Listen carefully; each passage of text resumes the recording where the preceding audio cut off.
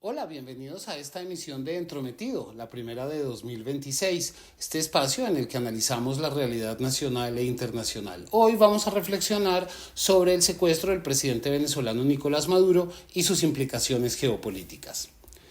Maduro y la crisis sistémica. En la tarde del 3 de enero todo era sombrío. No solo fue el estupor producto de un sobresaltado despertar con la noticia del secuestro de Nicolás Maduro y su esposa, sino la morbosa difusión a media mañana de la imagen del presidente venezolano esposado y con los ojos vendados, y en la tarde la confirmación de los detalles de la operación militar en una rueda de prensa que pasará a la historia. Allí Donald Trump, exhibiendo su faceta más cínica y desvergonzada, transmitió al mundo su versión de los hechos y con ello informó que el orden mundial como lo conocemos ha llegado a su fin. Con el pasar de las horas, el asombro por lo cinematográfico del operativo se transformó en bronca. El estupor se volvió rabia, pero una rabia triste de esas que provocan las derrotas humillantes. Cornudo y apaleado, dicen los españoles. Trump se jactó de que no solo habían logrado burlar las defensas venezolanas, sino de que se habían llevado a Maduro sin, según él, una sola baja entre sus filas, algo que ya sabemos no es cierto. El propio Trump se autoproclamó regidor de Venezuela y anunció sin pudor que el propósito de todo esto era recuperar su petróleo, el mismo que les había sido confiscado con la nacionalización de 1976. Para ello daba un ultimátum al gobierno venezolano: entregan sus recursos naturales o los ataques continuarán. No pasó mucho tiempo antes de que la desazón colectiva se dirigiera a la búsqueda de responsables. Que si Maduro fue traicionado y vendido a los gringos, que si Diosdado, que si Delcy, que si los rusos. La necesidad de encontrar culpables es comprensible, porque nos ayuda a dirigir la rabia hacia un objeto externo, con lo que buscamos eximirnos de responsabilidad. Y en casos como este, buscar un traidor, un culpable entre las propias filas, nos evita el dolor de tener que reconocer que en esta ocasión fuimos derrotados porque el rival fue superior. Derrotados militarmente, se aclara. Lo más desconcertante de la derrota militar y simbólica que supuso el secuestro de Maduro fue la sensación de vulnerabilidad. El miedo de que en cualquier momento un escuadrón pudiera entrar por la ventana y llevarse a cualquiera. Si fueron capaces de esto, son capaces de todo, podría uno pensar. En esas condiciones es muy difícil mantener el optimismo, incluso el optimismo en la voluntad. Por eso, después de 3 semanas del secuestro y con el mundo sacudido por lo que ha ocurrido desde entonces, Irán, el foro de Davos, Groenlandia, Minnesota, merece la pena hacerse la pregunta por la buena noticia. Ese dato que permite comprender la situación en contexto, ofrece razones para ver el vaso medio lleno y de ese modo nos ayuda a aceptar que el paso atrás, así duela, puede ser el preludio de los 2 pasos adelante. Terrorismo y espectáculo. Aquí es importante hacer una aclaración fundamental. No importa si se simpatiza o no con Nicolás Maduro. No importa si se simpatiza o no con el proceso venezolano. Lo ocurrido el 3 de enero es gravísimo, no solo para los procesos revolucionarios y para América Latina en particular, sino también para el orden internacional basado en reglas. No importa el lenguaje que se utilice: secuestro o captura, presidente o dictador, invasión u operación policial. No importa. Lo sucedido sienta el precedente tenebroso de que la fuerza vuelve a ser la única fuente de legitimidad en el concierto internacional y que los acuerdos, los instrumentos del derecho internacional y los principios de convivencia global, como la soberanía o la autodeterminación, se convierten en elementos meramente simbólicos, es decir, la ley de la selva. Dicho esto, la incursión militar en Venezuela, el bombardeo sobre Caracas, el asesinato de alrededor de 30 civiles y la caída en combate de 70 cubanos y venezolanos, más la difusión de las imágenes de Maduro esposado y conducido por agentes de la DEA, no fueron una operación policial de captura, ni únicamente una operación militar ilegal y violatoria de la soberanía venezolana. Lo ocurrido el 3 de enero fue un acto terrorista. Se define el terrorismo como los hechos violentos dirigidos contra objetivos no militares que tienen como propósito provocar terror masivo con el fin de imponer algún interés. Independientemente de la valoración que hagamos del hecho, habrá quien esté de acuerdo, lo cierto es que hubo un bombardeo contra objetivos civiles. Intencionalmente se infundió pánico entre la población de Caracas primero y en el resto de América Latina después, para finalmente presentar unas exigencias bajo coacción y chantaje. Terrorismo de Estado puro y duro. El secuestro de Maduro no solo fue una amenaza contra la dirección política de la revolución, también lo fue contra el pueblo venezolano y contra todos los gobiernos y los pueblos que desafíen el poder de Washington. Esa amenaza, materializada en bombas que caen sobre barrios civiles y presidentes secuestrados, es lo que provoca tanta desazón y desconcierto. La economía política del miedo. Es cierto que el terrorismo infunde terror, obviamente.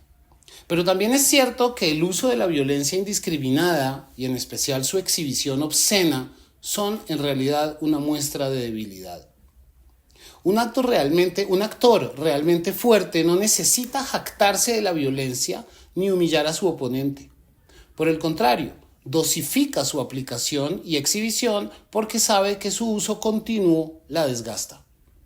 Después de la bomba, ¿qué? Después del bombardeo, ¿qué? El grupo terrorista no puede matar a todo el mundo, así como el gobierno estadounidense tampoco. El grupo terrorista acude a la violencia extrema porque sabe que es el actor en desventaja en la confrontación, lo mismo que le sucede a los Estados Unidos. En situaciones así, la respuesta más efectiva contra el terror es justamente reconocer la debilidad que se esconde detrás del acto violento y no dejarse amedrentar. Tras una agresión, y más de esta naturaleza, es inevitable sentir miedo y desazón. Ese es el propósito del atacante. Busca resultados sembrando la duda de si será posible que el acto violento se repita. En este caso, si bien es cierta la posibilidad de que Estados Unidos ataque de nuevo, también es cierto que la efectividad del amedrentamiento depende de que la gente se deje aterrorizar. Por eso la mejor manera de luchar contra el terror es empezar por reconocer que pudieron secuestrar a Maduro, pero no pueden secuestrarnos a todos. Pudieron asesinar a 200 personas, pero no pueden asesinarnos a todos. Y así, la mejor forma de resistir es estar juntos. Relato o realidad.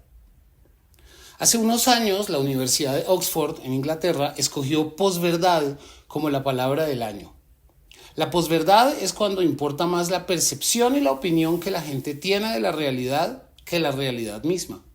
Es el triunfo del relato sobre los hechos. Ya las cosas no son como son, sino como se denominan desde el poder. Así, el Golfo de México ahora se llama Golfo de América. El genocidio y la destrucción de Gaza ahora se llaman oportunidad inmobiliaria. El imperialismo y la explotación de los países de la periferia por cuenta de los países industrializados ahora se llaman deudas del mundo con los Estados Unidos. Una brutal violación a las normas del derecho internacional ahora se llama operación policial para capturar al cabecilla de una organización narcotraficante. Y lo más espeluznante, un presidente que secuestra a otro presidente y chantajea a su gobierno ahora se llama regente del país. No importa que Trump haya torcido la propia ley estadounidense con el despliegue de barcos de guerra en el Caribe, bombardeado y asesinado a más de 100 personas en Caracas, más otros 100 en alta mar, y secuestrado a Nicolás Maduro. No importa que en la primera audiencia del presidente venezolano ante el juez de Nueva York, la fiscalía haya tenido que reconocer que el cartel de los soles no existe. No importa que se haya sostenido durante meses que hubo un fraude en las elecciones presidenciales y que nadie haya salido a celebrar a las calles venezolanas tras la caída del dictador.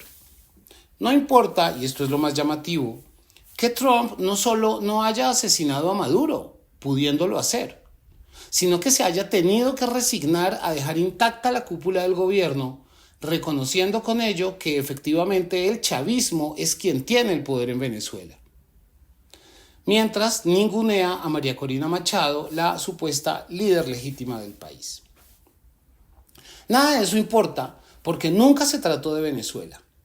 Sí, Estados Unidos ansía apoderarse de las riquezas venezolanas, pero en este momento la preocupación más urgente de Trump, además de alejar a China de un continente que ya declaró suyo, es desviar el foco de atención sobre la revelación de los archivos de Jeffrey Epstein y la demostración de que su vinculación con la red de pederastia que él dirigía. Por eso Venezuela, la hostilidad contra Irán, las amenazas de apoderarse de Groenlandia o la brutalidad extrema de los agentes del ICE.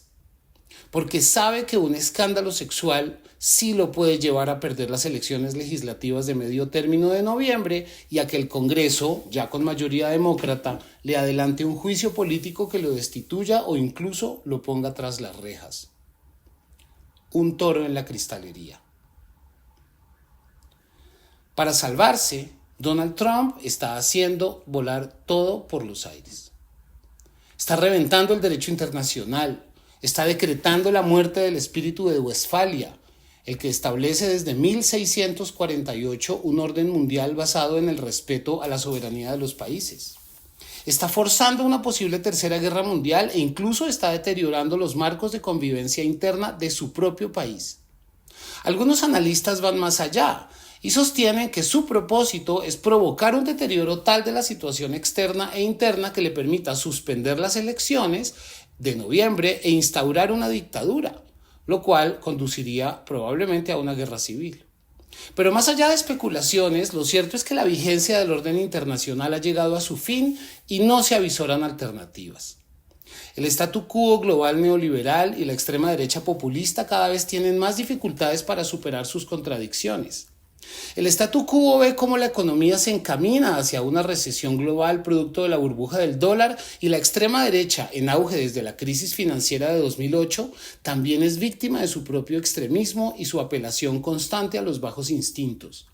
Si bien hay amplios sectores de la sociedad que creen en su mensaje de odio, también se configuran resistencias en su contra que les plantan cara, desde Palestina hasta Minnesota, desde América Latina hasta Rusia, desde el Sahara Occidental y los países del Sahel hasta China.